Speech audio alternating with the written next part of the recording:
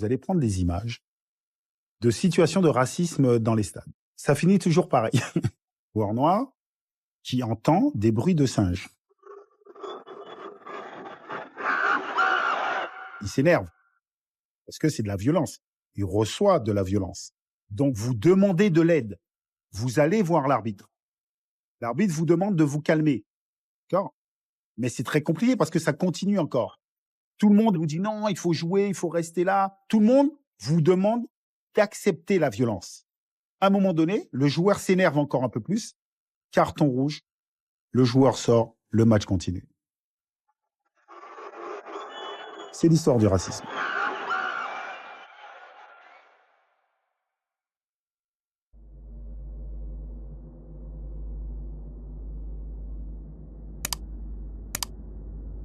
S'intéresser au racisme dans le football, c'est photographier un moment de notre histoire. Négro, va enlever ta peinture, mais que des mots, des trucs de fou. Antoine Comboiré, défenseur. Sur les fait sauter de l'arbre, c'est très très clair, ils viennent pas d'Afrique, hein. Ils viennent de l'arbre, comme des singes. Quelle souffrance cette violence provoque-t-elle chez les victimes ? Ça nous fait tellement mal. Et je m'arrête des fois pour regarder, mais putain, mais qui c'est qui fait ça? Qui m'en veut? Parfois instrumentalisés politiquement. On lui jetait quand même des bananes. On a fait des fouilles, on a interdit un certain nombre d'accessoires de pénétrer sur le stade. Si vous avez des bananes sous les gradins, c'est que c'est organisé. Je pense qu'on aurait dû ne pas jouer ce match-là. On n'aurait pas dû jouer. À quoi ressemblent aujourd'hui les tribunes d'une arène de football ? Je vais vous montrer une photo, Président. Ce monsieur-là a ce qu'on appelle une Totemkampf. C'est un symbole des SS qui gardaient les camps de concentration juste ici. Ce racisme des stades n'est-il pas révélateur d'un mal plus profond dans notre société ? On n'attend pas d'arriver au foot pour être confronté au racisme. Sur les réseaux, on le voit beaucoup plus qu'avant. Aujourd'hui, t'as pas besoin de marcher dans la rue pour te faire insulter. Le club est au courant. Les personnes qui gèrent ces groupes-là sont au courant. Qu'est-ce qu'ils font ? Faut que ça s'arrête.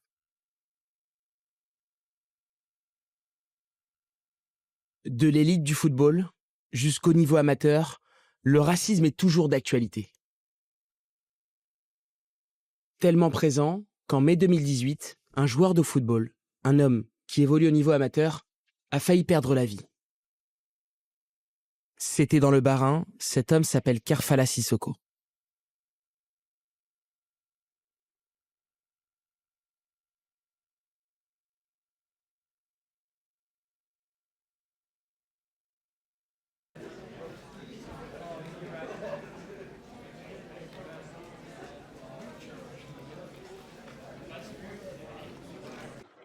Nous nous sommes rendus sur place pour rencontrer Kerfala Sissoko et le président du club de l'Eis Benfeld, Jean-Michel Dietrich.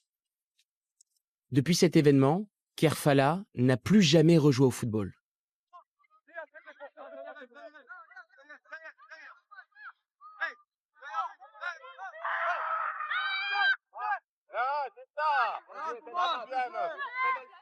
Le 6 mai 2018, c'est une date que je ne vais jamais oublier de ma vie. Parce que cette date, il est partout. Je me suis même fait une tatouage sur moi où j'ai noté ça. On avait un match de championnat normal. Notre défi, c'était de finir le championnat en beauté. On vient tranquillement, on s'échauffe. L'échauffement, ça se passe super bien. Le match, il commence. Au début du match, il y avait un peu de tension. Et les tensions, ça montait au fur et à mesure. Il y avait des phrases qui venaient, il y avait des mots qui venaient dans les oreilles. On entend tout simplement « le nègre retourne dans ta brousse ». Oui. T'as rien à faire ici. Et une dame à l'autre bout du stade qui faisait, j'ai entendu par la suite, partie du club, les Noirs n'ont rien à faire sur ce terrain. Oui. C'était vraiment les trois joueurs d'origine africaine qui étaient visés. C'était eux. Les autres joueurs n'avaient droit à aucune insulte. Mais eux étaient vraiment visés.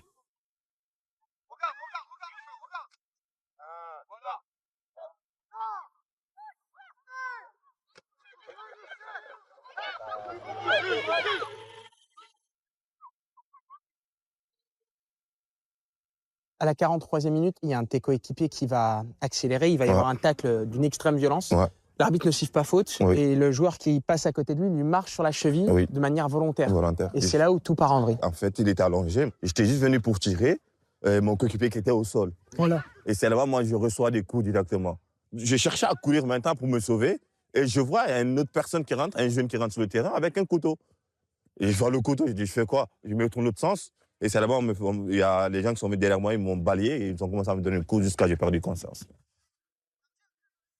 Et moi, j'y pensé, je dis pas vrai. Mes joueurs d'origine africaine en train de se faire courser par des gars qui rendent des joueurs de foot de l'équipe adverse, plus des spectateurs. Alors, je dis, mais c'est pas possible. Mon enfant qui était à côté de moi, qui avait 8 ans à l'époque, on va voir Kerfala couché et on entend le bruit d'un os qui se brise. Ouais. Et ça, c'est un bruit que mon fils a entendu. Mais des cris d'un homme à l'agonie.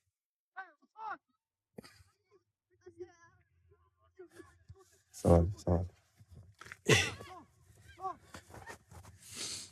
Ça va, ça va, ça va. Et mon fils demande, est-ce que Kerfala va mourir?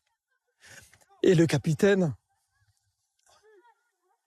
lui maintient le présence d'esprit parce qu'il est en train d'avaler sa langue. Et Guillaume lui ouvre la bouche et lui maintient la langue parce qu'il était en train de perdre la vie. Donc, c'était un lynchage, c'était un massacre. Et après, ce qui s'est passé, aucun membre du club de Maccabi n'a voulu prendre des nouvelles du joueur. Et des joueurs qui ont été massacrés. Le diagnostic, il est terrible. Est-ce que vous pouvez nous donner le diagnostic, Kerfala? J'avais le côte brisé, j'avais le mâchoire qui était déplacé, j'avais le traumatisme crânien, j'arrivais plus à manger, j'arrivais plus au niveau des côtes, même pour me baisser, j'arrivais pas. Et le dos, j'avais cette douleur atroce. Pendant 1 an, je connaissais plus mon corps. Ce qui est aussi dingue, Président, c'est qu'au moment où il est au sol, Kerfala, au moment où il est en train de se faire rouer de coups, l'arbitre ne trouve rien de mieux que lui donner un carton rouge. Il siffle la fin du match, mais pour siffler la fin du match, il me donne carton rouge aux divers intervenants par rapport à l'échauffourée.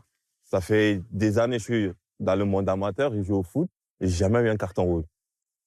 Et là, je perds connaissance, je suis au sol, je suis en train de mourir, et l'arbitre il met sur un carton rouge. En fait, le carton rouge, c'était pour m'accompagner dans ma tombe, en fait. C'est ça que je me suis dit. En fait, il voulait juste partir avec un carton rouge dans ma tombe.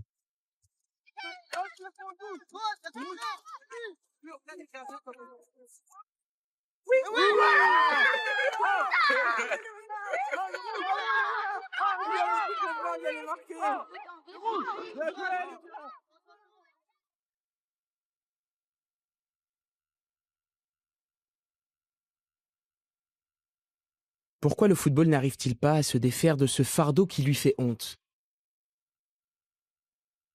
Pour comprendre le chemin qu'il reste à parcourir, mais aussi celui qui a déjà été parcouru, il faut tenter de se mettre dans la peau d'un joueur noir dans les années 80. Parti. Clap Basile Boli, ce sourire. Luc Sonor, ancien joueur professionnel. J'ai quitté la Guadeloupe à 13 ans, donc je suis arrivé ici en 75. Oui, ça, un technicien est un technicien. Hein. Voilà. Je suis persuadé qu'il y a des anciens qui sourient quand ils racontent ces histoires-là. Je pense qu'au fond d'eux-mêmes, c'est une grande souffrance. Ouais. Même moi, d'en parler des fois, ça me fracasse un peu. Pendant très longtemps, on va considérer que ça fait partie du spectacle.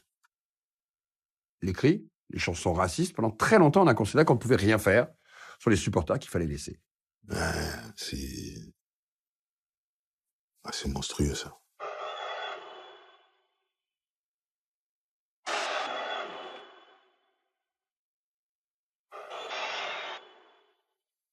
Je dis à Mohamed, c'est très dur ce que tu me fais faire parce que on m'a jamais interviewé sur ce que je ressentais sur ça, quoi, putain.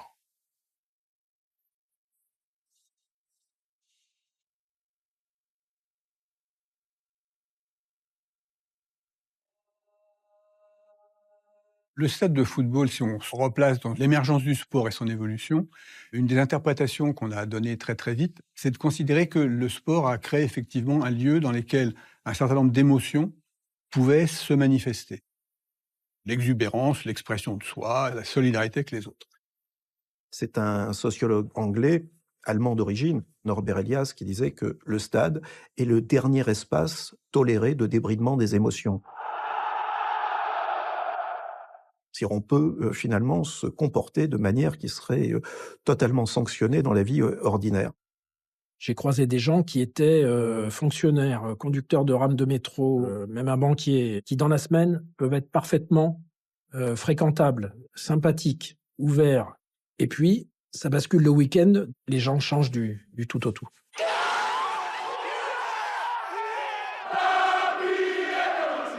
Le stade est un lieu de prise de parti. On est en général partisan d'une équipe, et l'autre, ce sont les autres, et ce sont les ennemis. De ce point de vue-là, si l'autre a une couleur, une nationalité, quelque chose qu'on peut identifier et sur lequel on peut porter l'accent pour le stigmatiser et pour lui faire porter une pression, la couleur de la peau, par exemple, sera un de ces éléments.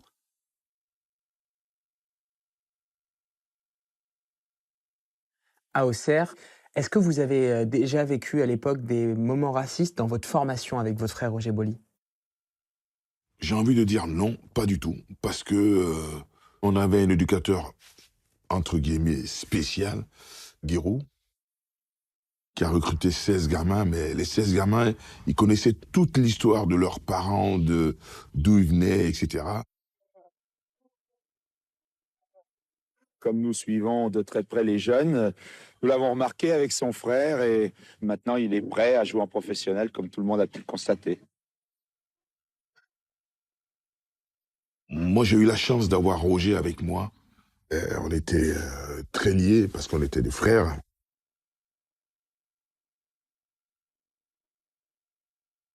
On était vraiment une équipe très soudée, quoi, en gros.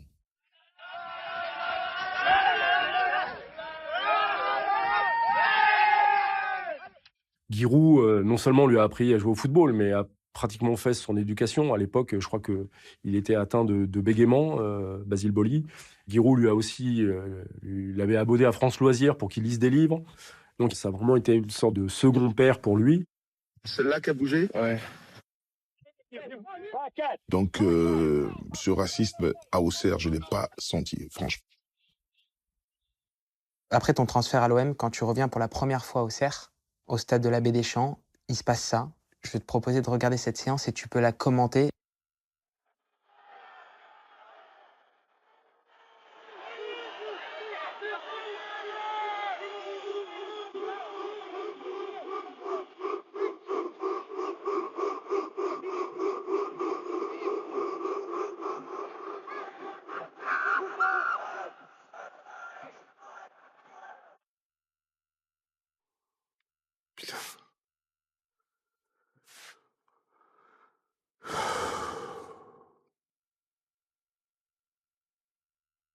C'est la première fois que je vois ces images-là.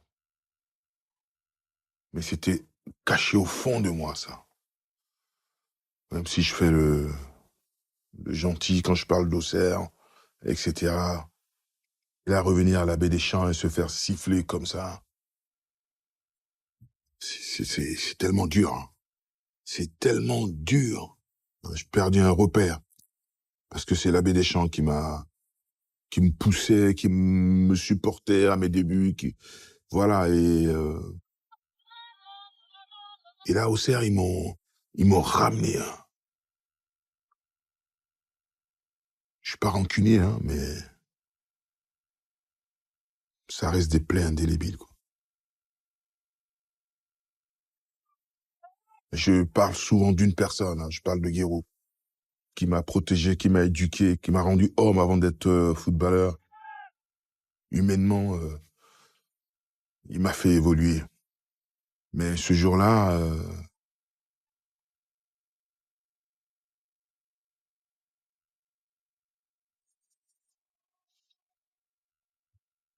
non. Je ne veux même pas en parler, là. Tu sortirais du match aujourd'hui? Ah, je sors du match. Je sors du match complètement. Mais stop, quoi. Arrête le match maintenant, c'est fini. On est en... C'est pas possible.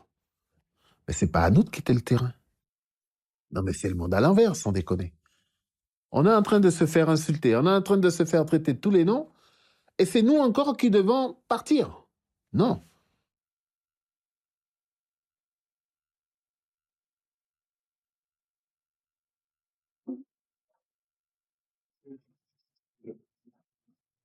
Allô? On parle, c'est notre pas, c'est pour nous, hein. Voilà. J'ai la chance de signer à Metz, où tout se passe super bien, avec un président formidable. Je suis super content. Tous les matins, j'allais prendre mon petit déjeuner dans un bar à Metz, non loin du stade. Et tous les matins, je suis avec la même personne. On joue au baby-foot, on joue au flipper à l'époque, tout ça. Et puis, lors d'un match, ça, jusqu'à aujourd'hui, j'ai pas réalisé. J'entends négro, mais dégage, fous le camp, t'as rien à foutre là. On va enlever ta peinture, mais que des mots, des trucs de fou. Des trucs de fou. Dans la tribune, et à tel point que je suis en train de jouer, et je m'arrête des fois pour regarder. Mais putain, mais qui c'est qui fait ça? Qui m'en veut? Et là, je vois un remue-ménage dans la tribune. C'est mon frère qui a repéré l'énergumène. Et je vois la tête de mon frère. Je dis, aïe, aïe, aïe, à tous les coups, lui, il a chopé le mec, et oui, il a bien nettoyé.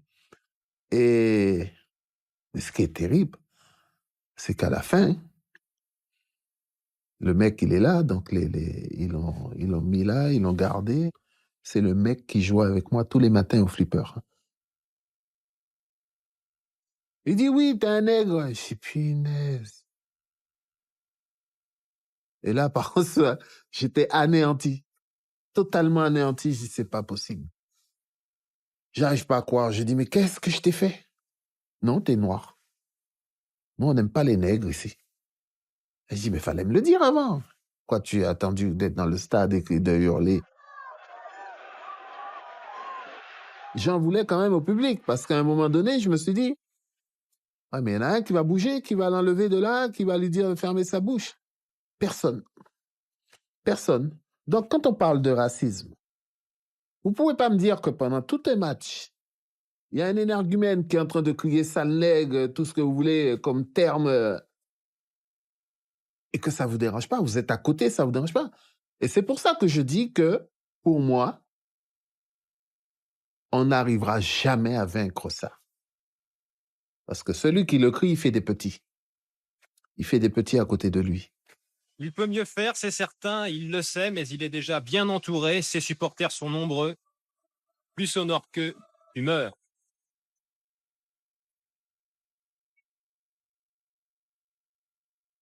J'ai fait un truc. Une fois, mon frère était à Lille. Mon frère Roger était à Lille, donc il y avait Auxerre Lille. Roger va à la Baie des Champs, il dispute le match et il attend les mêmes choses, les bruits de singes, etc. Donc Roger, il est complètement perdu. Il demande à sortir. Donc j'appelle Guiraud le lendemain. Je lui dis, coach, on a grandi avec vos paroles, enfin, vous nous avez éduqués, quoi, pour représenter ce pays, etc. Et on arrive à la Baie des Champs, quoi. Il me dit, ouais, ben, Basile, moi, je ne peux pas arrêter 10 000 personnes, etc. Et je me suis fâché. Pour la première fois, je me suis fâché avec Guiraud. Je dis, non, coach, vous aurez pu faire ça. Et je lui rappelle de ce que j'avais vécu. Que ça me faisait très mal. La semaine d'après, c'est Marseille qui se rendait à Auxerre. Daniel Dutuel, Basile Boli, William Prunier, de retour au stade de la Baie des Champs. Des ex-bourguignons et leurs coéquipiers marseillais venus à Auxerre, d'abord pour préparer la demi-finale. On était menés 2-1. Mon cher Momo, je priais pour avoir le ballon dans les pieds ou un corner. Je rêvais de ça. Je rêvais tellement de ça. Il n'y avait pas de corner. Donc je prends le ballon, je dribble et je marque. Et quand je marque,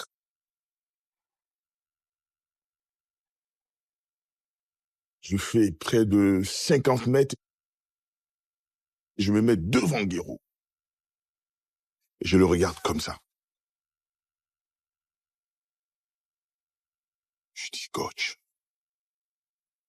ça nous fait tellement mal, mais tellement mal, rejoignez-moi, d'être sifflé à la Baie des Champs, d'entendre ces bruits de singe, quoi. Et il savait pas quoi dire. C'est entre nous. Tu l'as provoqué, là. Non. Tu l'as provoqué, gentiment. Mon père bourguignon restera mon père bourguignon. C'était entre la facétie et le mal élevé. Chacun appréciera.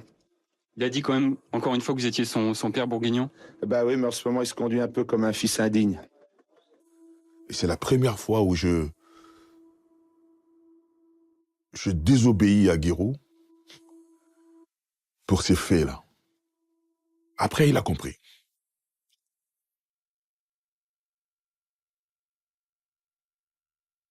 Ce que je trouve terrible de cette époque, de mon époque à moi, c'est que j'ai jamais entendu, moi, ni à la télé, ni dans les journaux, à l'époque où je jouais en tout cas, des gens venir se plaindre et dire oui, telle tribune, il faut fermer parce qu'ils ont traité de sale arabe ou sale noir ou peu importe. On l'a traité de négro hier. Oh, ben, laisse tomber, c'est pas grave. Il va oublier, on passe à autre chose. C'était ça notre époque à nous.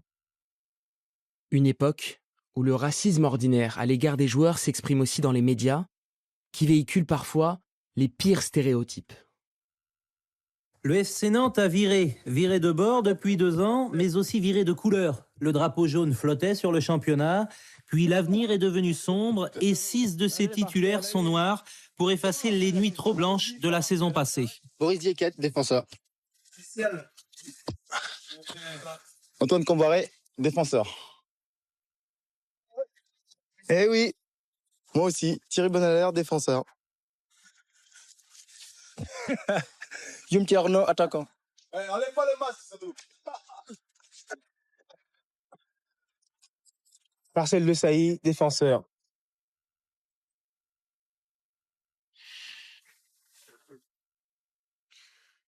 Incroyable histoire. Incroyable parce que vous avez, à travers ce micro-extrait, la mise en scène, le spectacle, même les mots. Après une saison sombre, en gros, la lumière arrive, on joue sur le paradoxe. Ça, c'est le noir qui amènerait la lumière. Putain, c'est super drôle, c'est génial, on va en rire. Tous les stéréotypes sont là, ils descendent de l'arbre. Bien sûr, c'est des singes, parce que ça va faire, parce que tout le monde comprend. Hein. Votre génération, ma génération, les gens de mes grands-parents, et puis même nos enfants vont parfaitement comprendre le jeu de mots avec les singes, hein, sans qu'il ait besoin de le dire. Si on les fait sauter de l'arbre, c'est très très clair, c'est de savoir d'où ils viennent. Ils viennent pas d'Afrique, hein, ils viennent de l'arbre, comme les singes. Tout est là. Vous avez tous les stigmes. Deuxième truc qui est hallucinant. Ils jouent le jeu. Ils acceptent d'être les acteurs de cette histoire. Les personnes qui subissent le racisme, très souvent, pensent comprendre le racisme. En fait, non.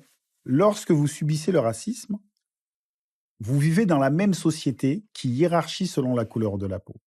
Ça veut dire vous intériorisez les mêmes projections négatives que toutes les personnes. Donc, ça veut dire que vous pouvez aussi intégrer une mauvaise image de vous-même. Et c'est pour cela qu'il faut éduquer la société sur le racisme. Pour justement, lorsque vous comprenez, vous pouvez vous dire, mais attendez, excusez-moi, pourquoi je dois porter un masque blanc, en fait? Et pourquoi je dois descendre de l'arbre? Ben moi, en fait, je ne suis pas d'accord avec ton truc. On oublie qu'on sort d'une époque où tout ce qu'on est en train de se dire, c'était la norme. La norme aujourd'hui, c'est de comprendre que nous ne sommes pas, allez, le produit de notre race. On commence à dire que le mot est peut-être plus compliqué. À l'époque, les gens avaient encore cette grille de lecture.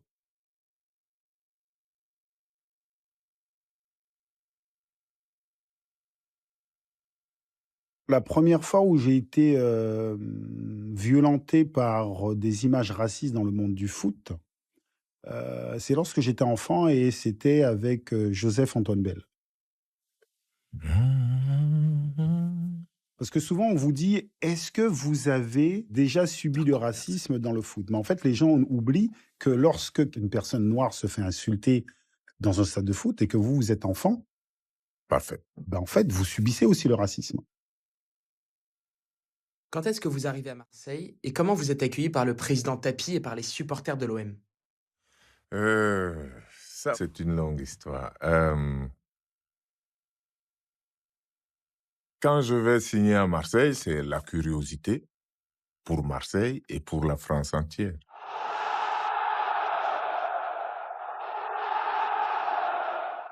Bell a choisi la France et Marseille pour découvrir le football de haut niveau. C'est un peu un pari qu'il a pris, car en quittant l'Égypte, il a abandonné une vie confortable.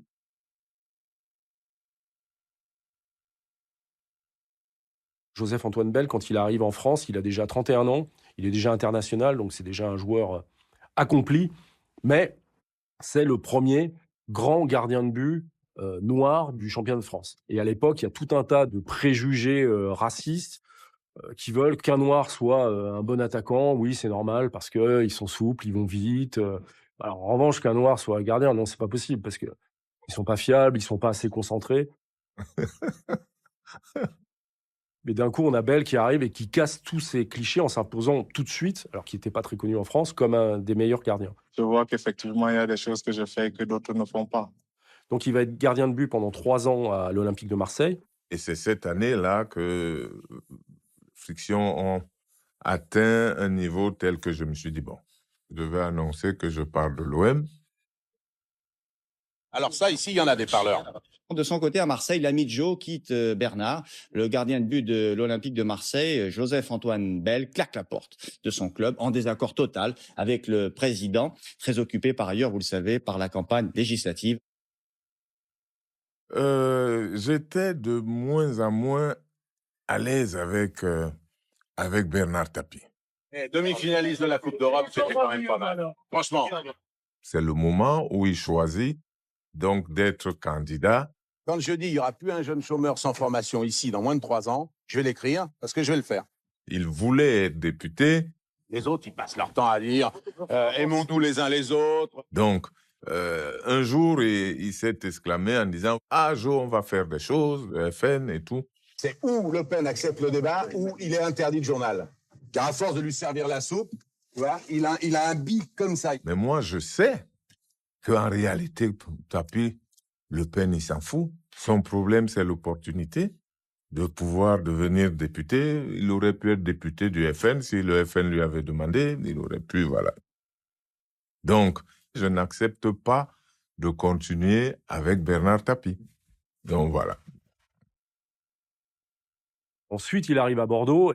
À l'époque, il y a une rivalité sportive très forte entre Bordeaux et Marseille. Bordeaux a été le club dominant du championnat de France du début des années 80. Marseille est en train de prendre la succession. C'est les champions de France en titre. Ils sont sur le point de remporter leur 2e titre de suite. Et Bordeaux est 2e à 2 points. Et donc, quand on a ce fameux match de 1990 entre l'OM et Bordeaux, il y a tout ce contexte-là.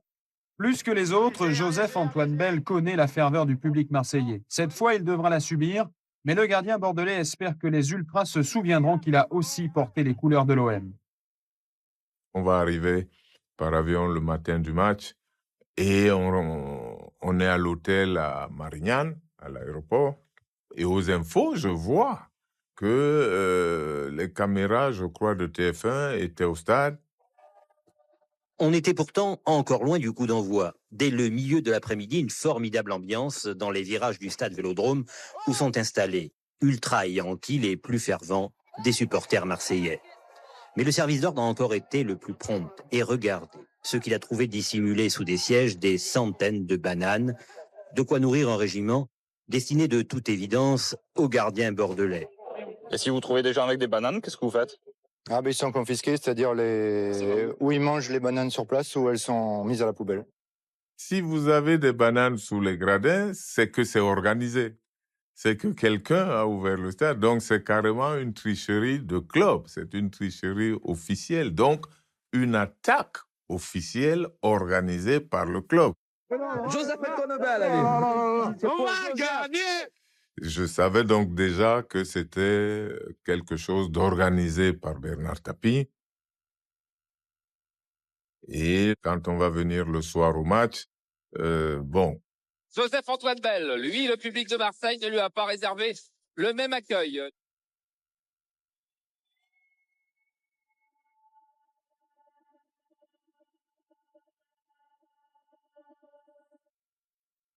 Marseille et le public marseillais a toujours cherché à projeter une image antiraciste et plutôt de gauche, voire d'extrême gauche, avec le Che Guevara, pro-Palestine, et en tout cas très antiraciste. Bernard Tapie lui-même a construit toute une partie de sa carrière politique dans son combat contre l'extrême droite. Donc c'est sûr que ça colle pas trop avec la légende marseillaise.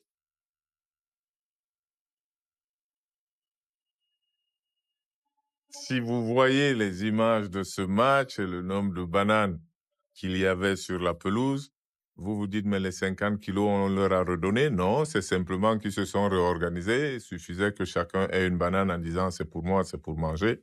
Ça en fait suffisamment pour inonder la pelouse. Pas besoin de toutes ces bassesses et de toute cette bêtise pour montrer qu'on est sur un terrain de foot. Vous êtes amer ce soir? L'homme, oui, mais pas le sportif. Le sportif, non, on a joué, je me suis défoulé, c'était très bien, mais je ne crois pas du tout que l'Africain que je suis, qui entend ici 25% de Français dire qu'ils ont des responsabilités de civilisation envers les races inférieures, comme ils disent, je ne pense pas du tout que j'apprends quelque chose en voyant tout ça. Ouais. Vous vous souvenez de ça, Joseph-Antoine? Oui, à partir du moment où vous le pensez, vous pouvez le redire 25 ans plus tard, 40 ans plus tard. Oui, c'est vrai que ce qui était grave pour le jeune monsieur que j'étais, c'est de découvrir l'ampleur de la bêtise. Et puis, je m'excuse, il y a 40 ans, le Front National était 1, 2 ou 3%. Olivier Ray, vous étiez sur la pelouse à Marseille hier soir.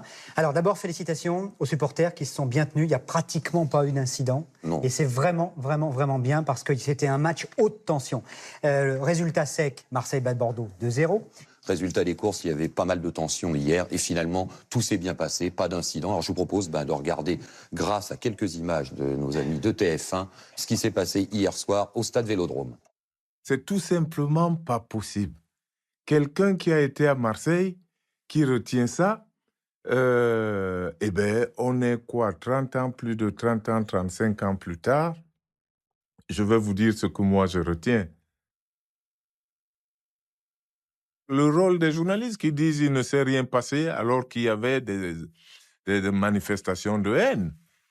Mais le journal Le Monde, pour rendre compte de ce match, avait plutôt titré « Belle sauve l'honneur ». C'est-à-dire qu'il y a des gens qui savent, comme moi, que le football n'est pas tout, qu'il y a quelque chose au-dessus du foot. C'est la vie.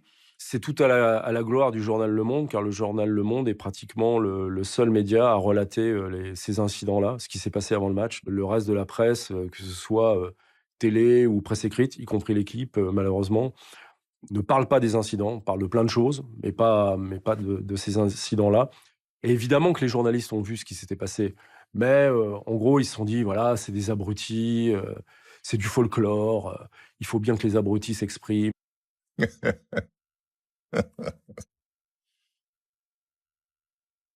Bernard Tapie, c'est là. Il a fait ça toute sa vie. J'aurais bien aimé aujourd'hui qu'il fût encore en vie, mais il a manipulé les gens toute sa vie. Les fouilles n'ont pas été organisées par lui, mais il les récupère et il dit « Nous avons fait notre devoir, nous avons organisé des fouilles ». Après avoir dit que ce n'était pas raciste, il dit ils ont pris le prétexte de la couleur de sa peau. Quand vous prenez le prétexte de la couleur de la peau, vous êtes quoi? Vous êtes raciste. Heureusement que le journaliste lui a quand même fait remarquer que si on doit manifester son mécontentement, les bananes et les cris de singe ne sont pas obligatoires.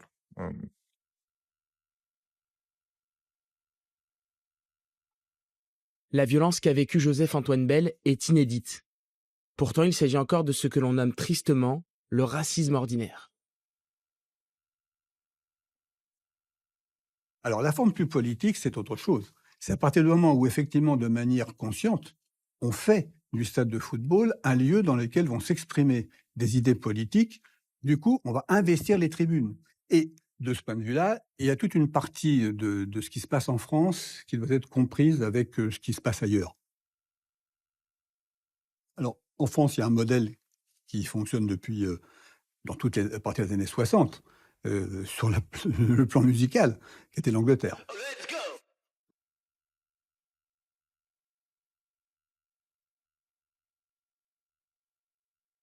Et il se trouve qu'en même temps qu'on fait connaissance avec l'Angleterre, les groupes anglais, etc., on fait connaissance aussi avec le football anglais. Et on a notamment une finale de Coupe d'Angleterre, Leeds-Chelsea, qui est télévisée en direct un samedi après-midi sur une chaîne du public qui avait fait un tabac du point de vue audience. Bon. Et ce qu'on voit et les nouvelles qu'on a, on a qu'en Angleterre, le match de foot, c'est un truc qui est absolument extraordinaire. Les tribunes sont pleines, les gens chantent, etc. Il y a une ambiance stérile.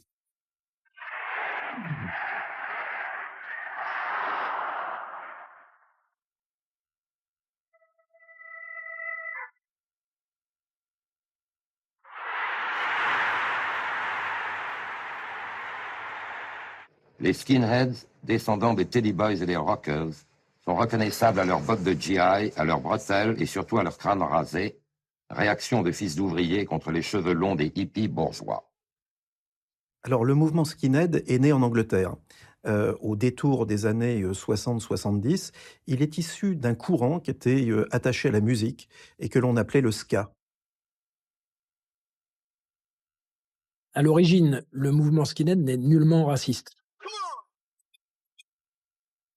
Dans les années 60, en Angleterre, les skinheads sont ceux qui sont les plus proches des jeunes noirs pauvres venus de la Jamaïque. Et c'est cette proximité qui leur fait aimer les musiques jamaïcaines, ska, rocksteady, et par la suite le reggae. Et puis progressivement, au moment où l'Angleterre connaît un désastre économique et suivi d'un désastre social, une décroissance totale, le mouvement va se radicaliser. On va bientôt passer dans les années Thatcher. C'est un basculement de société pour la société britannique, la fin d'un certain monde ouvrier notamment. Donc dans ce contexte social très dégradé, des formations d'extrême droite commencent à monter sur la scène politique, notamment le National Front et le British Movement.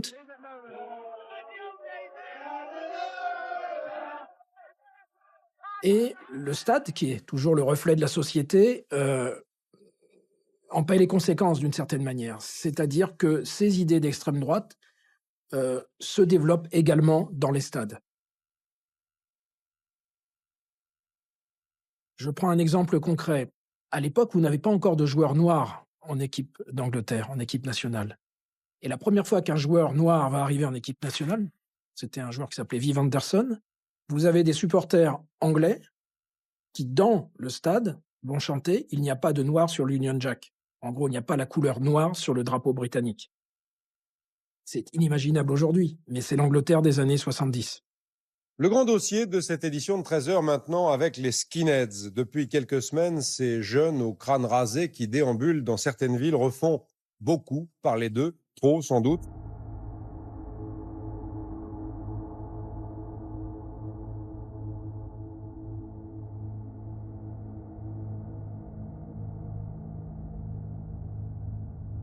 Début des années 80, la France voit se développer les sous-cultures à l'anglaise, qu'on connaissait de loin, mais qui n'avaient pas trouvé de terreau. C'est-à-dire qu'une génération de grands adolescents, de jeunes adultes, qui vont adopter les codes des sous-cultures skinhead, dont une partie est celle, effectivement, de l'affiliation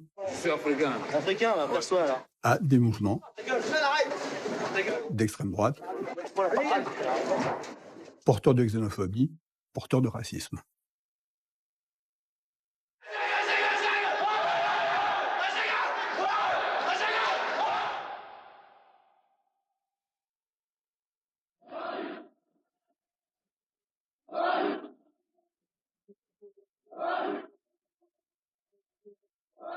Alors, les skinheads sont principalement apparus par le Paris Saint-Germain. Les skinheads vont tenter, avec des partis politiques d'extrême droite de l'époque, de structurer la tribune Boulogne et de se servir de cette tribune comme d'une tribune politique. petit à petit, comme une tribune est toujours le reflet de la ville où elle se trouve, viennent des gens qui, à l'évidence, ont des idées d'extrême droite, notamment certains skinheads à l'époque. Pourquoi vous allez au stade? Vous savez, on politise des manifestations, pourquoi pas politiser un stade? Même certains supporters. Certains disent que vous allez au stade pour cogner. La meilleure des propagandes, c'est la violence. C'est-à-dire? On nous respecte quand on frappe, et on nous écoute beaucoup plus comme ça. Mais qui est-ce que vous cognez au stade quand vous allez au stade? Tout ce qui est contre nous, entre autres les immigrés de couleur, le communiste. Mais ce combat-là, quel rapport avec un match entre le PSG et un autre club? Le pouvoir est dans la rue, il faut le prendre, et le stade, c'est la rue aussi. C'est là où il y a tous les jeunes, c'est comme dans la rue, dans les cinémas s'il le faut, ça sera partout, ça sera aussi sur les stades.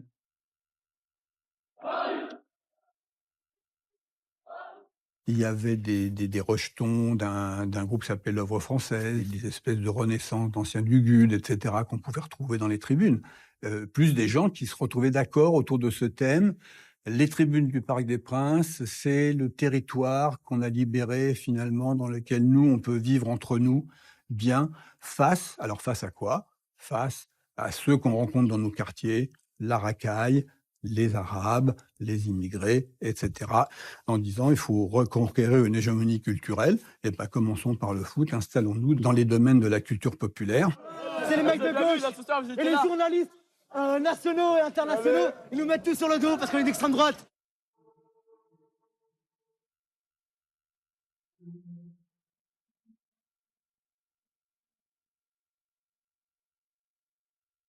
C'est le moment où à la fois on voit le COP de Boulogne, et en même temps, on voit monter, comme force politique, le Front National.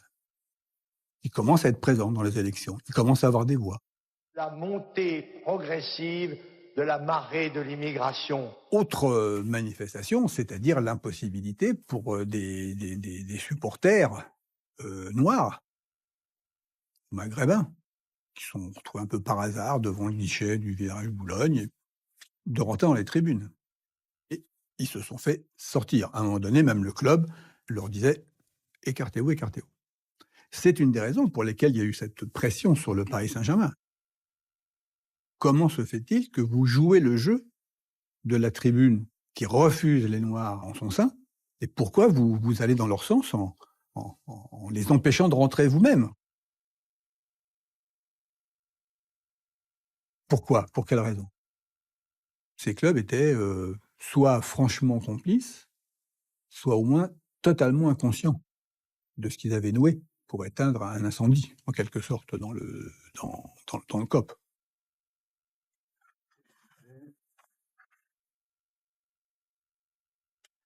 Comme ça, très bien. 1, 2. 2, 3, il y a un profil. Oh, le profil, oh là.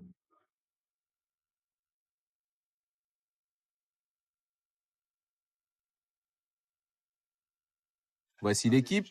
L'innovation, c'est la prise de participation de notre confrère Canal+. Alors, j'étais président délégué du Paris Saint-Germain de 1991 à 1998, au moment où Canal+ a racheté le Paris Saint-Germain. C'est une façon donc pour Canal+ de nourrir, et non pas uniquement de se nourrir du football. Quand on dirige un club, les problèmes sont extrêmement nombreux. On est un peu comme aux urgences à l'hôpital, mais enfin c'est moins grave, mais il y a tous les jours quelque chose, il faut réagir et décider vite. Par rapport à ça, on partait de zéro. Il n'y avait pas d'organisation pour contrer tout ça. Ils étaient dans leur coin, au COP Boulogne, voilà. Bon, il ne s'agissait pas que ça continue, évidemment. Alors, comment faire? On n'a pas les outils, donc, quand on est président de club, pour régler ça. Et on est montré du doigt, donc c'est pas facile. Il y a le dialogue, la prévention, et ça s'arrête là, notre rôle. Et après, il faut avoir des preuves pour que la police prenne le relais. Tous ces supporters, dans leur diversité, se sont retrouvés en octobre avec les dirigeants, sans journalistes. Nous pourrons juste les voir installés dans une tribune, encadrés par un service d'ordre. L'état-major du PSG était lui sous une tente, sur le terrain, derrière les grilles. On n'est jamais trop prudent. Oui, il y a eu des réunions houleuses avec les supporters. Enfin, on savait qu'il fallait le faire, mais on savait qu'on n'avait aucune chance de les arrêter, leur dire plus de croix gammées, plus de salut nazi, etc. C'est terminé. Et bon, il fallait évidemment, c'était nécessaire de le faire et de le dire, mais c'était des moments compliqués, ouais, très compliqués.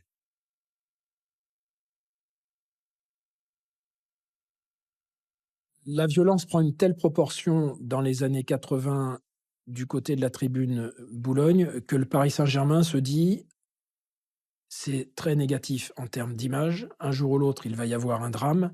Moi, j'étais hanté par ça, par le drame. Au-delà déjà de ce qui était douloureux, j'étais hanté par cette idée qu'un jour, il pourrait y avoir un drame et qu'il pourrait y avoir un mort. C'est-à-dire les dirigeants du Paris Saint-Germain, pour mettre un équilibre dans le stade, pour faire perdre de leur valeur et de leur puissance à la tribune Boulogne, va organiser, provoquer la création d'une tribune en face qui, elle, sera plutôt représentative d'une population ethnique, culturelle différente. Et donc, on a ouvert la tribune Auteuil, on l'a grande ouverte et on a facilité l'avenue des supporters à la tribune Auteuil pour créer une autre tribune qui soit une tribune bleue et rouge, point final. Du coup, chacun de ces groupes est en compétition et chacun de ces groupes voulant être en quelque sorte le groupe dominant. Donc, Boulogne n'a pas apprécié que Auteuil devienne de plus en plus important. Quelque part, c'est une évolution assez terrible, mais qui était prévisible. Les supporters du PSG, dont la réputation n'est plus à faire, ont encore fait parler d'eux. Ils ont insulté des joueurs et brandi des banderoles avec des slogans très virulents. Est-ce que vous vous souvenez du dernier match de Georges Weah le 31 mai 95, Michel? Oui. Ouais. Vous faites insulter et huer qu'il y a certains cycles dans le stade. Je suis désolé, quand même. Ça ne vous donne pas envie, mais maintenant, qu'est-ce que vous voulez faire? C'est lamentable. Ça s'oublie, ça, ou pas? En tout cas, moi, je ne l'oublierai jamais.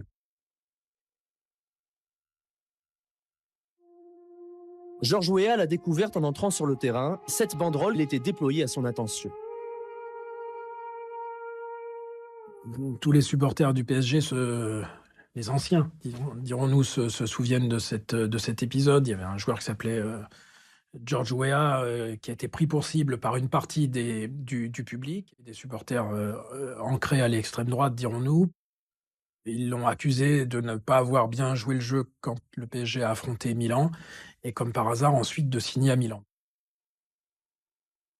Donc il y a une forme de ressentiment d'à peu près tous les supporters du PSG contre Georges Weah, même si Georges Weah a été un joueur formidable pour le PSG. Il faut quand même se souvenir qu'il a été le meilleur buteur du PSG en Coupe d'Europe avant Zlatan Ibrahimovic. Donc c'est vraiment quelqu'un qui a marqué l'histoire du PSG. Là, c'est vrai que contre le Milan AC, il n'a pas été extraordinaire.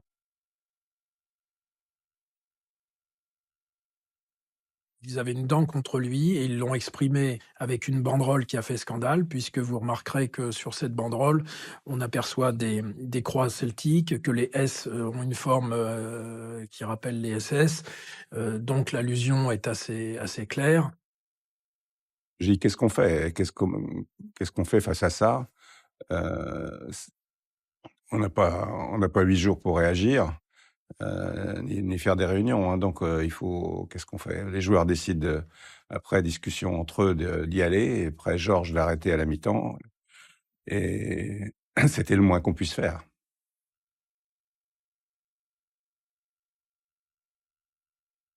Je pense qu'on aurait dû ne pas jouer ce match-là. Voilà. Terrible. On n'aurait pas dû jouer. Là, ici, on a une véritable offensive contre... alors, c'est quoi? C'est la mondialisation, c'est l'internationalisation du football, c'est la place prise par l'immigration dans les équipes de football.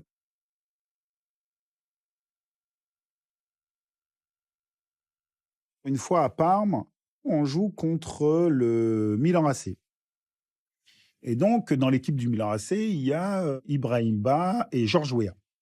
Et donc, il commence à chanter une chanson. Ibrahim Ba mange des bananes sous la case de Weah. Enfin, bon, tout un discours raciste et tout. Et donc, je rentre après le match dans les vestiaires et je me dis, non, mais ils ont craqué ces supporters. Là. Il faut qu'en conférence de presse, je vais dire en fait ce que je pense. Les dirigeants, ils me disent, non, mais Lilian, c'est pas grave et tout. Et donc, ils finissent par m'empêcher d'aller à la conférence de presse. Le lendemain, il y a le décrassage et il y avait des journalistes qui sont là. Je leur ai dit, voilà, j'aimerais parler de ce qui s'est passé hier et tout. Et je leur dis, il faut que les supporters puissent réfléchir un petit peu à ce qu'ils sont en train de dire, en fait. Parce qu'en fait, moi, je me mets toujours dans l'idée que les gens n'ont pas totalement conscience de leur comportement, de leur façon de dire. Parce que pour moi, c'est de l'ordre de l'inconscient. Ils ne se rendent pas compte de la violence de certaines choses. Et le match d'après, à l'extérieur, les supporters de Parme, ils ont fait une grande banderole où c'était marqué « Thuram, respecte-nous ». Ça veut dire, donc, je disais aux supporters de réfléchir un petit peu. Et tout d'un coup, c'était moi qui leur manquais de respect. Les supporters de Parme, lorsque Milan arrive, qui vont s'en prendre à Weah, justement, alors que pourtant les Boys ne sont pas un groupe d'extrême droite. Mais l'idée, c'est justement cette culture de déstabiliser. En Italie, elle peut aller très loin.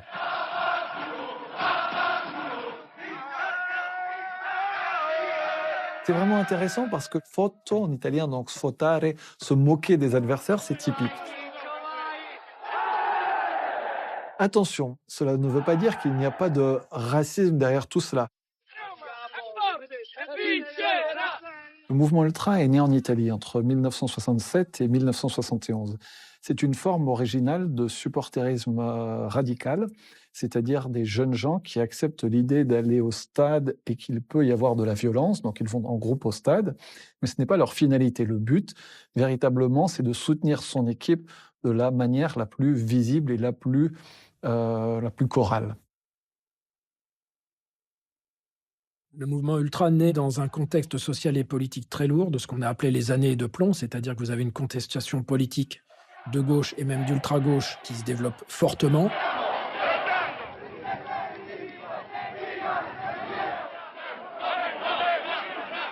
Le fameux mai 68 en Italie commence dès 1967. On va voir une jeunesse qui veut faire la révolution en Italie. Entre 1967 et 1980, on va avoir une contestation extrêmement forte, qu'on ne peut même pas se représenter en France. En France, on parle beaucoup de mai 68. En Italie, ça va durer 13 ans. Et dans ce contexte-là, une partie de la jeunesse milite dans les stades de foot et est imprégnée quand même de ce qui se passe à l'extérieur.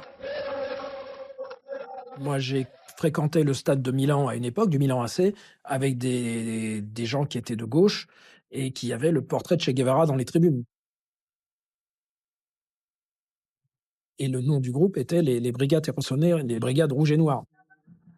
S'appeler Brigade Rouge à l'époque en Italie dans un stade de foot, ça avait un sens. Et face à cela, vous avez aussi une extrême droite très, très virulente. Avec le temps, ceux de gauche sont devenus beaucoup moins nombreux et ceux de droite ont fini par l'emporter.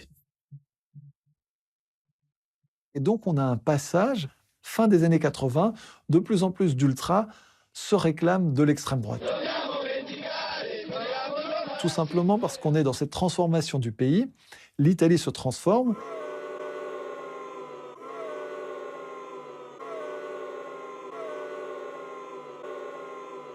Elle est devenue une terre d'émigration et on a l'émergence de partis à l'extrême droite de l'échiquier politique. Donc, dans les stades, cela va véritablement exploser. On va avoir des croix celtiques qui sont exposées, des croix gammées.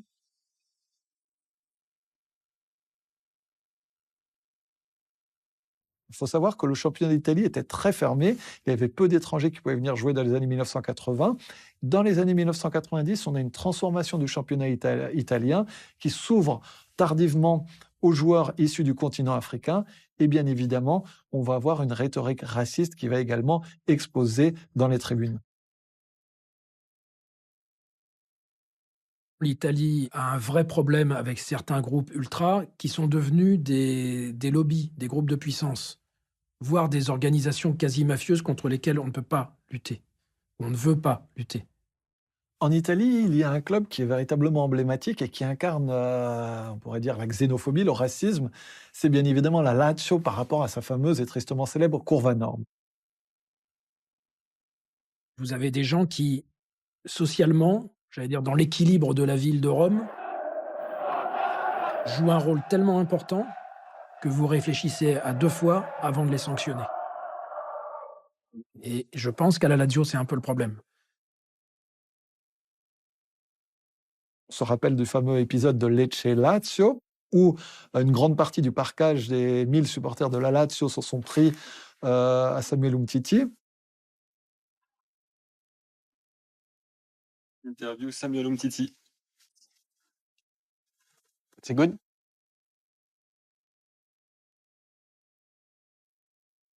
C'était le 4 janvier et durant le match, à chaque fois que je recevais le ballon, il y avait des cris de singe dans le stade, faits par l'équipe adverse.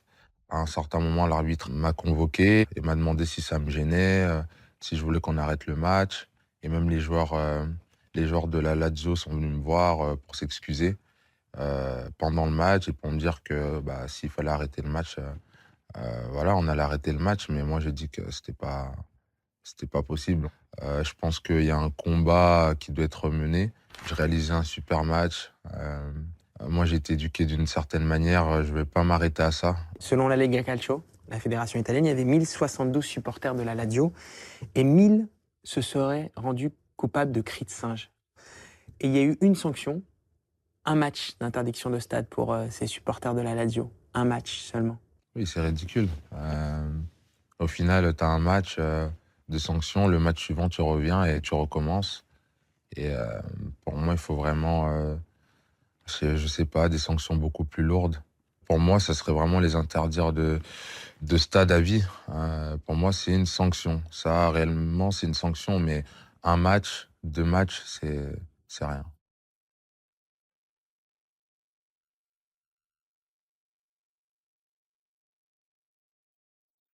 Demba, tu as souvent été courtisé par des clubs italiens.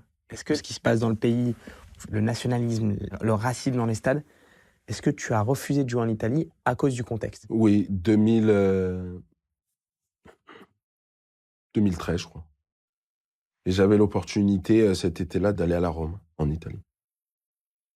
Et j'ai dit, ça sert à rien, je vais y aller me connaissant. Tout ce qui va se passer, c'est que je vais me battre toutes les semaines. Et à un moment donné, c'est bien beau de parler, c'est bien beau de poster. Les clubs ont du mal à gérer leurs supporters, ce que j'arrive à comprendre. Au bout d'un moment, c'est aux joueurs de prendre ses responsabilités. Ce que tu veux dire, c'est qu'il faudrait presque en arriver là à quitter le football italien? C'est ce que tu avais dit. Est-ce que tu resterais dans un endroit où tu n'es pas apprécié? Je pense que le contexte actuel en Italie fait que certains groupes peuvent effectivement se lâcher davantage. Je rappellerai, j'en ai même parlé avec lui parce que j'ai eu la possibilité de l'interviewer un jour, Matteo Salvini lui-même, qui est fan du Milan AC et qui a dû être ultra du Milan AC et qui n'est pas forcément de gauche. Par son langage, par sa manière d'être, est très, très ultra d'une certaine manière. Et je pense que ce contexte incite certains groupes, je pense à ceux de la Lazio par exemple, à se lâcher. Le racisme, on le sait, dans la société italienne, il est bien évidemment présent, et on voudrait que le stade, il n'y ait plus ce genre de comportement. Mais en même temps, le stade, c'est un miroir déformant de nos sociétés. Donc il est paradoxal de vouloir un stade sans aucun champ raciste, alors qu'on est dans un pays où il y a un gouvernement qui est mené par l'extrême droite. En France, proche de la frontière italienne, un club a connu et connaît encore des difficultés avec ses supporters les plus radicaux. Je vais me faire plein d'ennemis, encore. J'ai créé la commission sport de la LICRA, la Ligue internationale contre le racisme et l'antisémitisme. Et j'ai été assez rapidement également vice-présidente, puis secrétaire générale de la LICRA. En jeune militante, moi, quand j'ai commencé, j'ai pensé réellement qu'il suffisait d'aller voir tous les acteurs et qu'on allait régler les problèmes ensemble. Ça n'a pas été le cas.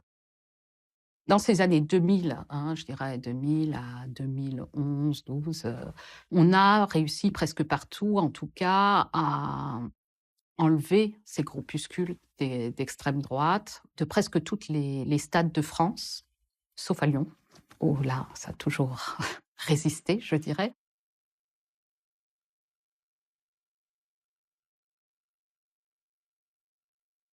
À Lyon, il y a toujours eu un terreau assez fertile à l'extrême droite. y compris à l'université. Robert Forisson, donc le négationniste, était enseignant à Lyon 2. Bruno Gollnisch, qui a été une des premières grandes figures du Front National, un compagnon fidèle de Jean-Marie Le Pen, était lui prof à Lyon 3. Et donc il y avait tout un groupuscule d'extrême droite qui tournait beaucoup autour du GUD. Et en fait, ça s'est déplacé de la politique vers le stade, avec le mouvement ultra qui s'est développé aussi à Lyon. C'est un problème qui existe depuis l'apparition des Bad Guns en 1987, qui regroupe à l'époque un bon nombre de skinheads, qu'on va avoir des croix celtiques, on va avoir également des croix gammées qui vont être affichées dans le virage nord du stade Gerland. 5 hommes s'étaient défoulés dans la nuit du 12 au 13 septembre dans le cimetière israélite de Lyon. Ils ont été identifiés et interpellés à la suite du match de football entre l'Olympique lyonnais et le Paris Saint-Germain mercredi dernier. Leur comportement pendant cette rencontre les a trahis. Mercredi 7 octobre, à l'issue du match OL-PSG, 2 interpellations viennent conforter leurs soupçons. 2 bad guns, supporters de l'OL, se font remarquer par des saluts nazis et des slogans antisémites. Mais depuis une 10-15 d'années, c'est vrai que c'est plutôt le virage sud qui a une mauvaise réputation, et notamment avec la présence dans le virage sud du groupe hooligan de la Mezzalion.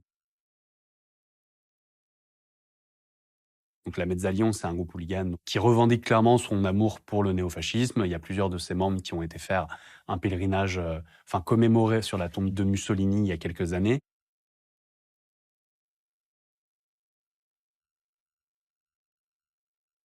La Mezza a refait parler d'eux assez récemment, lors du match à Marseille.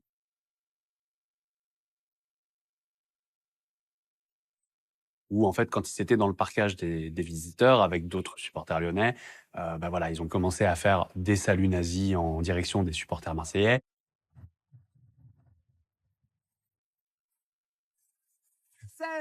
Des cris de singes, imiter aussi les singes.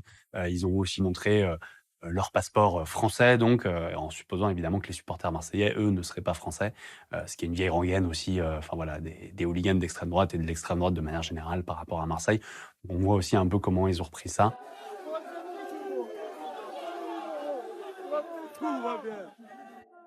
Il y a aussi l'exemple qui est assez marquant d'Oussem Aouar, qui est né à Lyon, qui est formé à Lyon, et c'était vraiment le petit prince du club.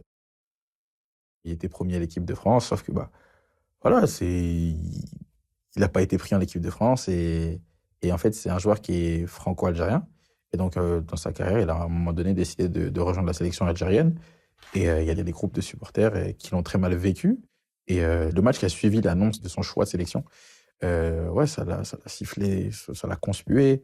Dès qu'il touchait la balle, ça chantait la Marseillaise des deux côtés.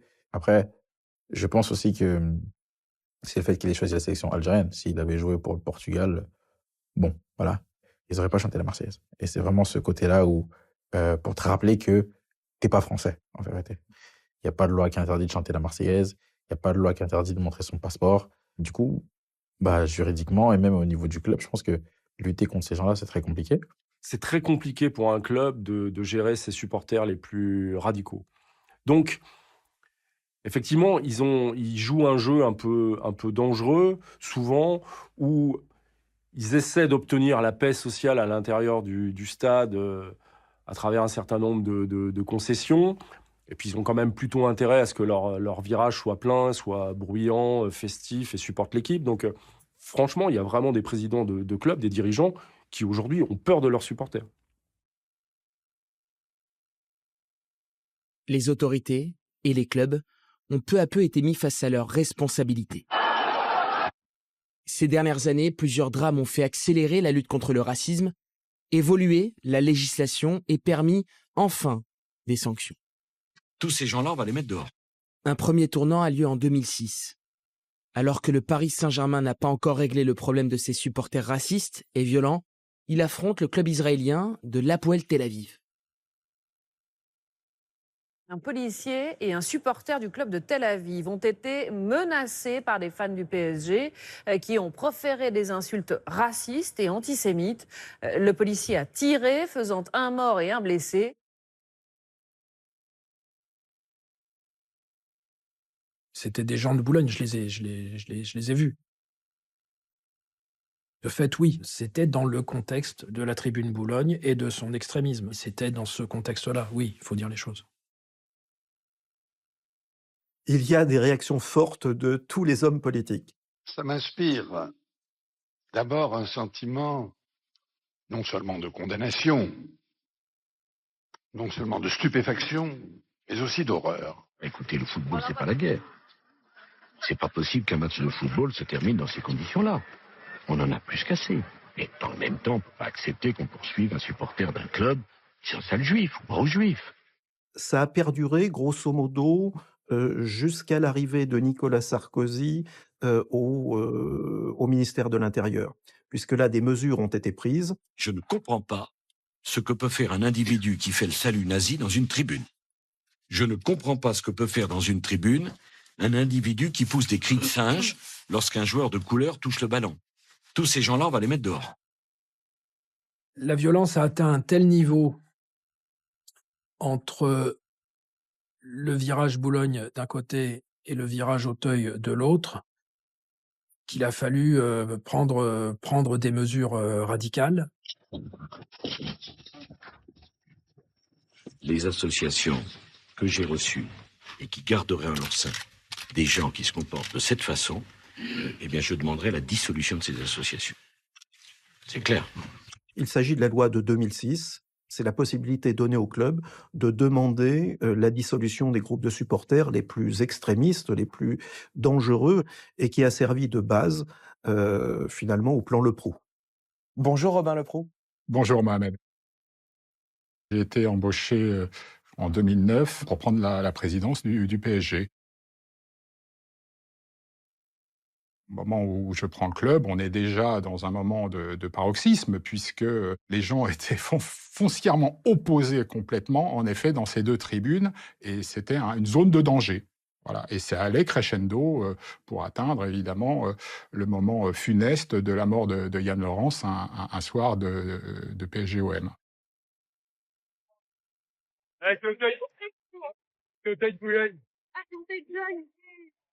Oh putain, ça cogne là.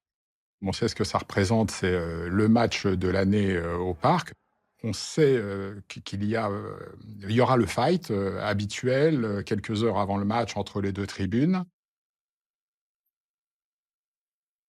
Un groupe de supporters de la tribune Boulogne est arrivé au contact de supporters de la tribune Auteuil. Il y a eu des bagarres et un jeune de la tribune Boulogne qui s'appelait Yann Laurence a été tabassé.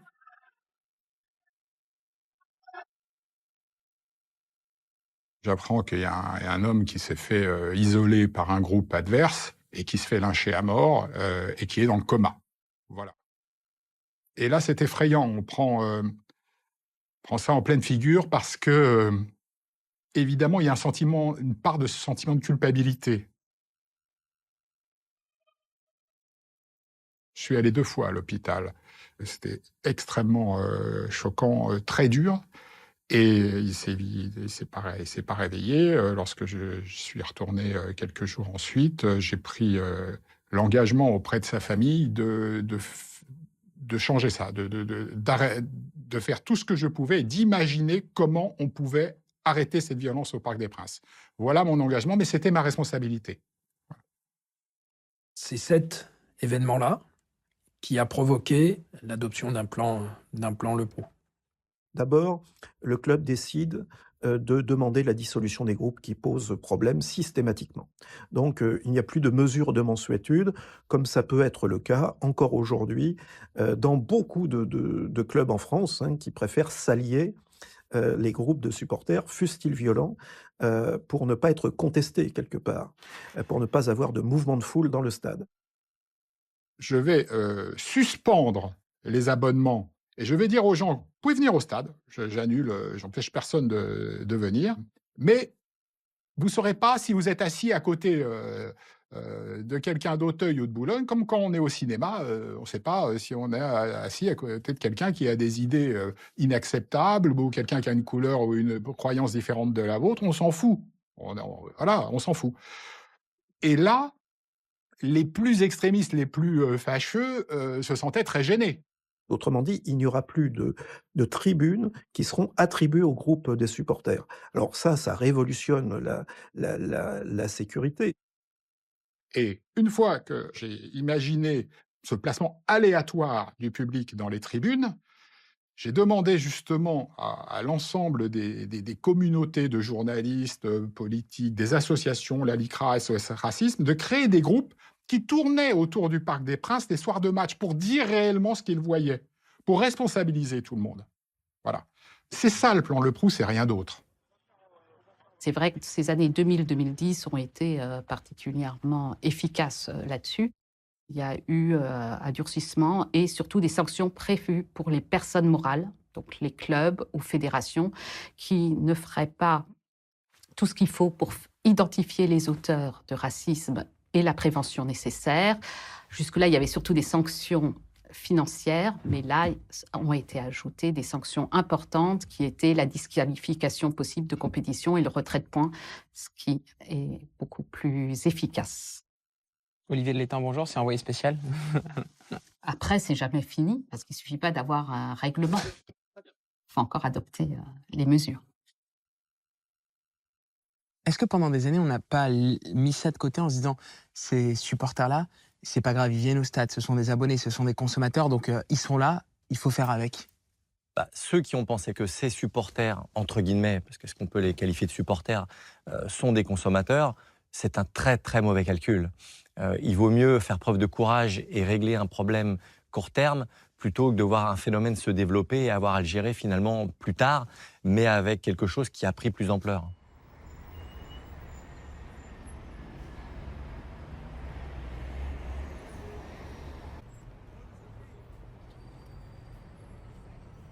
Certaines tribunes en France sont moins connues et pourtant ce sont des symboles aussi de l'extrémisme de droite. C'est le cas notamment à Lille depuis longtemps, que ce soit avec les Dogs Virage Est ou avec d'autres groupuscules. Lors d'un Saint-Étienne-Lille, dans le parcage adverse, les DVE s'étaient allongés pour former une croix celtique humaine. Voilà une manière de dire ses opinions.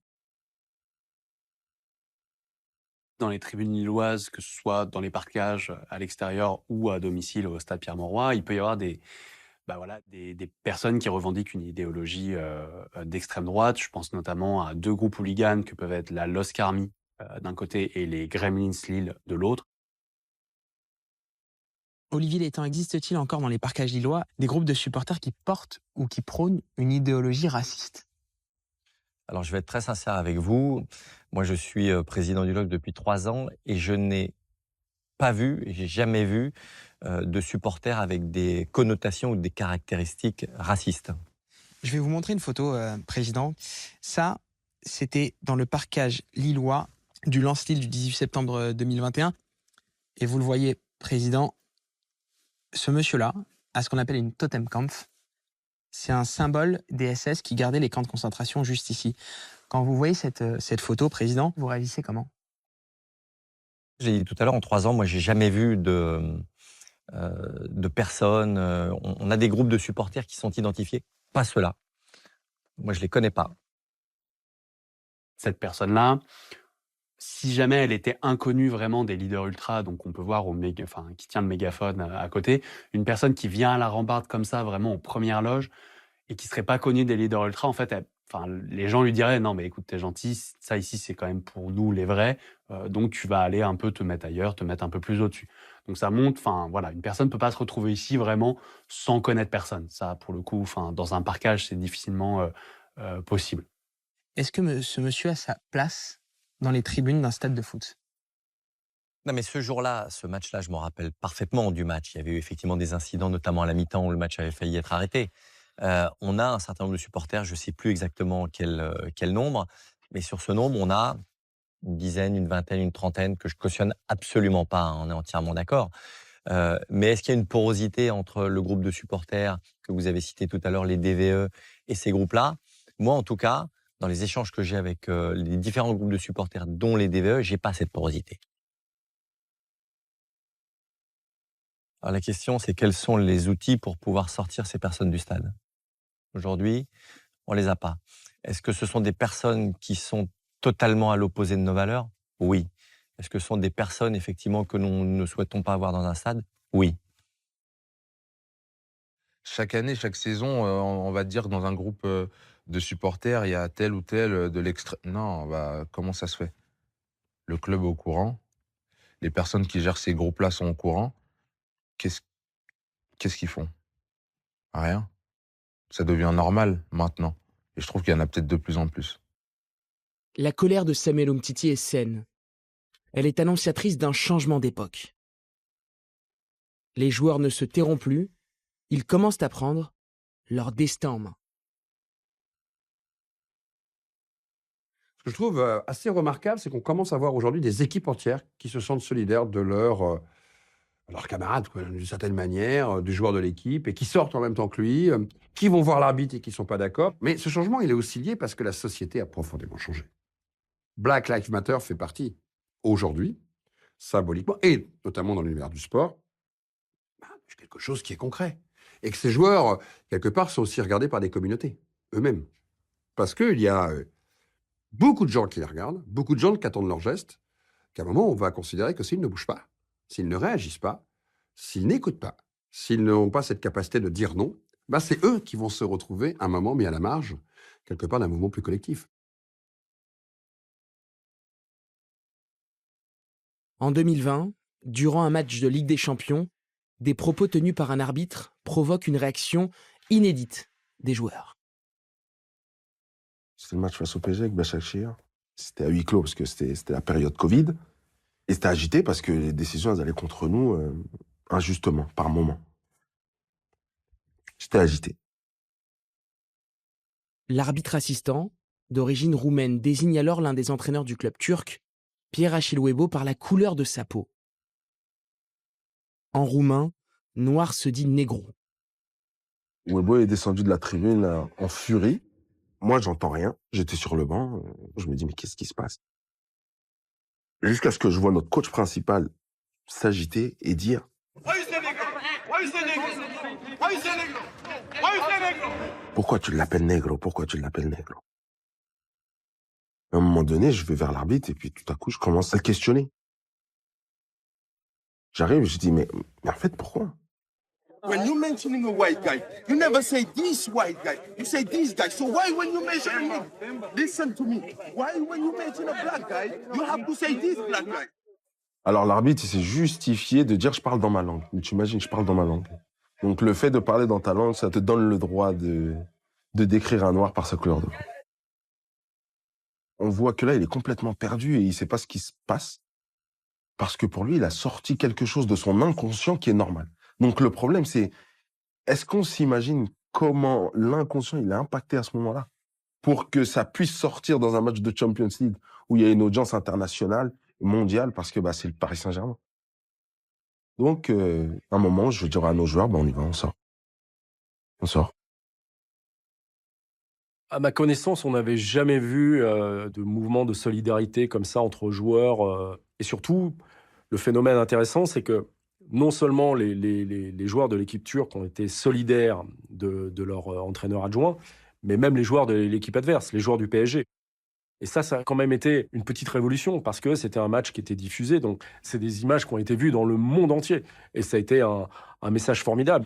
À la face du monde, des joueurs ont prouvé qu'il était possible d'arrêter un match sans que, d'un coup, il y ait un tremblement de terre, un raz-de-marée, un tsunami, une guerre mondiale. Non, c'était juste quasiment du bon sens. Un joueur se sent insulté, il rentre au vestiaire, stop. Et puis et après, on discute. Mais déjà, on rentre au vestiaire. Dans le vestiaire, moi, j'ai dit à certains, si vous voulez jouer, jouez.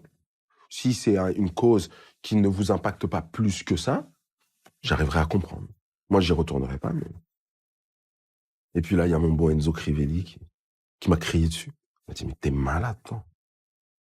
Il m'a dit, ouais, c'est ça, j'y vais, et puis les choses, la semaine prochaine, sera encore la même chose. Faut que ça s'arrête. Il a enlevé ses chaussures et est parti à la douche. Il est parti à la douche avant même moi. Bravo à cette nouvelle génération qui peut aller jusqu'au terrain. Aujourd'hui, il faut avoir cette force de pouvoir arrêter les matchs quand il faut, quand on entend ces âneries, quand Voilà, on ne peut plus accepter. Impossible. J'ai beaucoup aimé.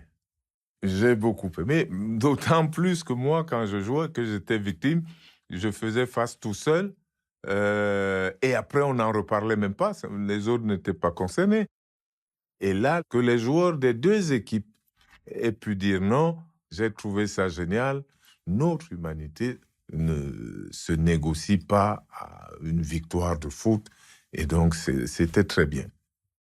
Imaginons si un joueur asiatique, on disait le jaune. Parce qu'il y en a certains qui les décrivent comme jaune, couleur de peau. Je pense que ça choquerait le monde. C'est le jaune, là, mets-lui un carton. Imagine cette scène sur un terrain de foot, c'est le jaune. Qui voulait que le match reprenne? Tu veux m'emmener là-dedans? Dans le camp du PSG, il y avait certains dirigeants et joueurs qui sont venus à la porte de notre vestiaire pour le faire reprendre, le match. Dans nos dirigeants, il y en avait certains qui voulaient le faire rejouer le match aussi. Encore une fois, question de portefeuille. Parce qu'il y a des amendes qui peuvent être données, ceci et cela. Et bizarrement, il y en a certains, quand ils ont vu l'impact après, ils étaient heureux. Habituellement, le football pro est nourri par le football amateur, mais le football pro doit savoir qu'en matière de vertu, c'est lui qui doit nourrir le football amateur. Il faut que ça vienne d'en haut. Et puis, en plus, les jeunes vous écoutent beaucoup plus lorsque vous leur dites que ce que vous leur enseignez est fait par les pros et les attend chez les pros. Bien joué, super, ça, bravo la team. Donc, si on enseigne que le partenaire n'a pas de couleur et qu'homme de couleur ne veut absolument rien dire, vous êtes partenaire et c'est le talent qui compte, puis c'est tout. Hop là, c'est parti là. Plusieurs années après son agression, Kearfala Sissoko tente encore de se reconstruire. D'autant que les autorités du football sont loin d'avoir réagi comme elles le devaient. Je décide d'envoyer une lettre ouverte à la Ligue. Je vais dire quelque part, mais il faut qu'on fasse quelque chose. Il y en a marre du racisme dans le football. Il y en a marre. Et je mets tout simplement la Ligue face à sa responsabilité. Parce que c'est aussi leur rôle, parce que c'est eux qui organisent des compétitions, c'est eux qui mettent en place des matchs. Et en fin de compte, le mail à la Ligue, ensuite, a été récupéré et transmis sur les réseaux sociaux. Et il a eu un emballement médiatique par rapport à ça. Kearfala, au moment où il y a le texte qui est publié par le président, vous allez être convoqué par la commission de discipline. C'est ça. Et là, on a l'impression qu'on est dans un sketch, un Oui, procès. oui, c'est ça, oui. C'est un procès raconté. Incroyable. Alors en fin de compte, moi, je ne peux pas assister à cette commission parce que tout simplement, je suis en déplacement professionnel. Donc le vice-président, la secrétaire, le coach et les joueurs sont présents, expliquent les choses. Mais la commission de discipline, pendant au moins un gros quart d'heure, ne fait que mon procès à moi en disant pourquoi le président qui bave sur les réseaux sociaux n'est pas là. Donc, c'était vraiment mon règlement de compte. Alors, imaginez-vous que mes joueurs qui se font agresser prennent autant de matchs de suspension que des joueurs qui ont tapé et qui sortaient de 50 suspensions. Donc, c'était des récidivistes. Et on vous dit même, c'est vous qui avez donné le premier coup. Oui, c'est ça. Oui, c'est ça. Quand on me parle, on me dit, ouais, vous étiez le premier à donner le premier coup. Et là, il est condamné à 10 matchs de suspension. Oui. En fait, vu qu'on avait exposé la Ligue et qu'ils se voyaient menacés, donc pour eux, pour répondre, il fallait nous donner ce qu'il fallait. Il fallait nous mettre des suspensions, des 10 matchs, au moins pour calmer tout le monde. Personne leur a demandé comment ils allaient. J'en étais écœuré, j'en suis encore écœuré, parce que quelque part, sous prétexte politique, on nous dit que dans le foot, il n'y a pas de racisme, et circuler, il n'y a rien à voir, pour moi, c'est faux. C'est archi faux. En fait, si je serais mort, peut-être, je ne m'intéresse. La Ligue serait plus active, intervenir dans des petits clubs amateurs pour sensibiliser les gens sur le racisme, essayer de faire des actions sur le racisme. Mais vu que je n'étais pas mort, pour eux, il est encore vivant. C'est encore un noir de plus, ça arrive, et puis voilà, on passe dessus, on tourne la page. Aujourd'hui, par rapport à ce qu'ils ont vécu, ce qu'ils ont subi, ni la Ligue, ni la justice n'a reconnu le caractère raciste de ce qui s'est passé. Et ça, c'est totalement inadmissible. Totalement inadmissible. Depuis ce jour, je me suis dit, le monde de football, c'est plus pour moi. Vous avez arrêté le foot? J'ai arrêté. Parce que je n'ai pas envie de montrer à ma femme que j'ai encore ces blessures. J'ai fait des séances de psy, j'ai tout fait. J'ai une fille aujourd'hui, si elle me dit, papa, je vais au foot, ça sera non. Pourquoi? Parce qu'elle est morte.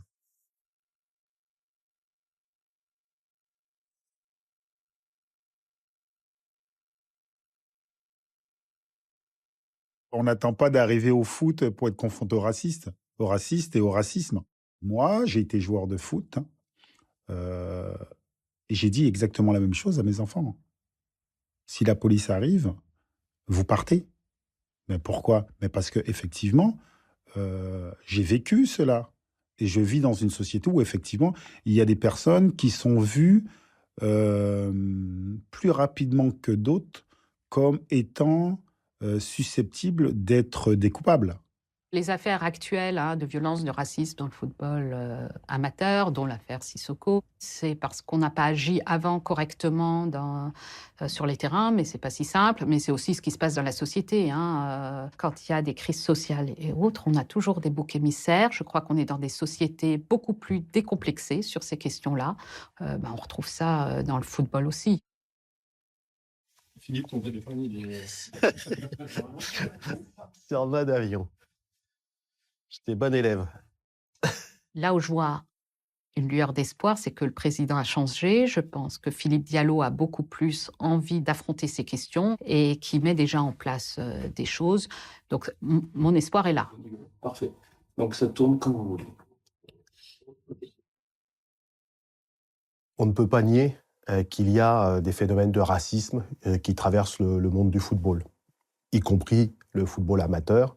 C'est pour ça que mon rôle aujourd'hui, en tant que président de la fédération, c'est de donner l'impulsion, c'est de mettre la lumière sur ces problématiques-là, parce que si moi je ne prends pas la parole sur ces sujets-là, évidemment, ça ne donne pas l'impulsion pour l'ensemble de nos ligues, l'ensemble de nos districts, l'ensemble de nos clubs. C'est pour ça qu'on a voulu renforcer notre connaissance du terrain, pour qu'on ait les vraies remontées. On prend le risque d'ailleurs que peut-être les chiffres soient moins bons dans l'avenir, mais à partir du moment où vous avez cette vision précise de la réalité, vous êtes en capacité d'y répondre de manière beaucoup plus efficace. Demba, si le racisme n'a jamais disparu des stades européens, il semblerait qu'il se soit un petit peu atténué. Ça dépend où, quand, comment. Sur les réseaux, on le voit beaucoup plus qu'avant. Avant, tu marchais dans la rue, tu n'allais pas te faire insulter. Aujourd'hui, tu n'as pas besoin de marcher dans la rue pour te faire insulter, pour ta couleur de peau. Aujourd'hui, ce racisme ordinaire se déploie sur les réseaux sociaux où même les joueurs de l'équipe de France sont visés. Si tu penses quelque chose de quelqu'un et que tu veux l'insulter, tu n'as plus besoin de courage. Tu vas sur ton téléphone, aussi peureux que tu sois, avec un faux compte, et puis tu dis ce que tu veux. Il n'y a pas besoin de courage pour faire ça. Les réseaux sociaux, un nouveau repère dans lequel les foules s'entraînent et se déploient avec la même impunité que dans un stade. Comme le miroir d'une société qui est loin d'en avoir terminé avec la xénophobie. On est dans une période historique. Qu'est-ce que l'on veut? On veut un stade sans racisme, mais en même temps, on est dans une société qui est de plus en plus conservatrice, qui pourtant, paradoxe, est de plus en plus multiculturelle. L'extrême droite est aux portes du pouvoir ou appuie les gouvernements dans de nombreux pays européens, et l'on veut plus de racisme dans les stades.